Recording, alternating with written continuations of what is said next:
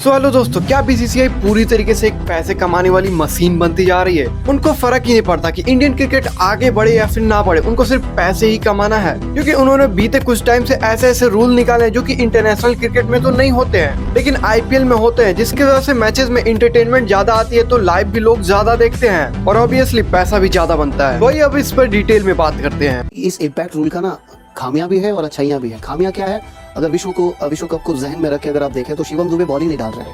I'm not a big fan of impact player. You know, you're taking out so much from the game just to make it little entertainment. Guys like Washington Sundar, guys like Shivam Dube, are not getting ball, which for us is not a good thing. मुझे एक चीज में इसमें फायदा नजर आता है कि एक और इंडियन प्लेयर बॉलर या बैट्समैन को अपॉर्चुनिटी मिल रही है खेलने की। जहाँ 7 खेलते थे पहले वो 8 खेलने लगे। तो मेरे हिसाब से तो ये अच्छा है कि हम लोग एक और यंग प्लेयर को मौका दे रहे हैं अपनी प्रतिभा दिखाने का।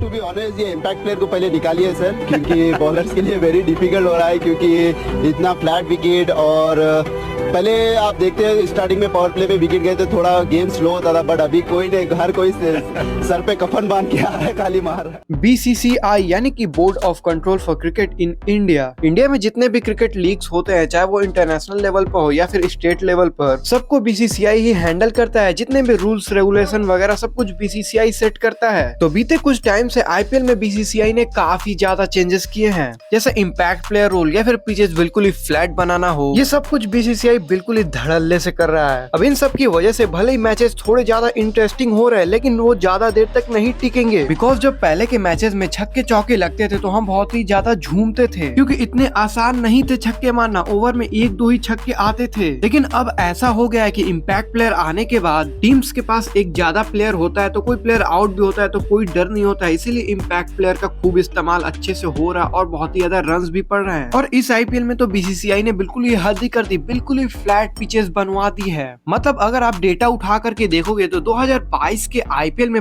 टोटल 200 रन्स बने थे सिर्फ 5 बारी, और इम्पैक्ट प्लेयर आने के बाद आईपीएल 2023 में 16 बारी 200 प्लस स्कोर बन गए थे। और इस बारी आईपीएल 2024 में flat wicket plus impact player का रूल मिला करके अभी तक आईपीएल का आधा ही सीजन हुआ है, उतने में ही 25 बारी 200 प्लस स्कोर बन गए हैं। और यही नहीं बल्कि इस आईपीएल में टोटल 8 बारी 250 से ज्यादा रन्स बन गए हैं और एक मैच में तो 280 प्लस चले गए थे। पहले के ओडीआई मैचेस जो कि 50 ओवर के होते हैं तो उनमें तो 250 रन ही बहुत ही ज्यादा होते थे, लेकिन अब तो 20 ओवर में बन जा रहे हैं और 261 रन भी चेज भी हो जा रहे हैं। अब आप सोच रहे हो कि बीसीसीआई पैसे भी कमा रही है, मैचेस भी इंटरटेनिंग करा रही है, तो इसमें गलत क्या है? बीसीसीआई पैसे अपने घर थोड़ी ना ले जाएगी। देखिए ये बात तो बिल्कुल सही है, बीसीसीआई का पैसा कोई अलग से रखेगा थोड़ी ना, या फिर कोई पॉलिटिशियन उस पर हक थोड़ी ना जमाएगा। क्योंकि जब बीसीसीआई बनी थी तब कांग्रेस की सरकार ने बीसीसीआई को फुल्ली तरीके से छूट दी थी कि बीसीसीआई पर गवर्नमेंट का कोई भी हक नहीं होगा, ताकि क्रिकेट इंडिया में अच्छी तरीके से फल फूल सके। वो अलग बात है कि इस वाली सरकार ने अपने ही घर के बेटे को चेयरमैन बना दिया हो बीसीसीआई का। अब इससे ज्यादा बोलूंगा तो मेरी ये वाली वीडियो भी डिलीट हो जाएगी। फिर आते हैं हम वापस से टॉपिक पर। तो इससे नुकसान ये हो रहा है कि बॉलर्स की इतनी ज्यादा धुलाई हो रही है कि उसको अगर कोई यंगस्टर देखेगा तो वो बॉलर बनना ही नहीं चाहेगा। हर कोई अपने करियर में सोचेगा कि मैं बैटर ही बनना चाहूंगा, और इंडिया में तो ऑलरेडी फास्ट बॉलर की कुछ ज्यादा ही कमी है। और इम्पैक्ट प्लेयर की वजह से जो भी उभरते हुए ऑलराउंडर्स है उनको मौका ही नहीं मिल रहा है बॉलिंग का।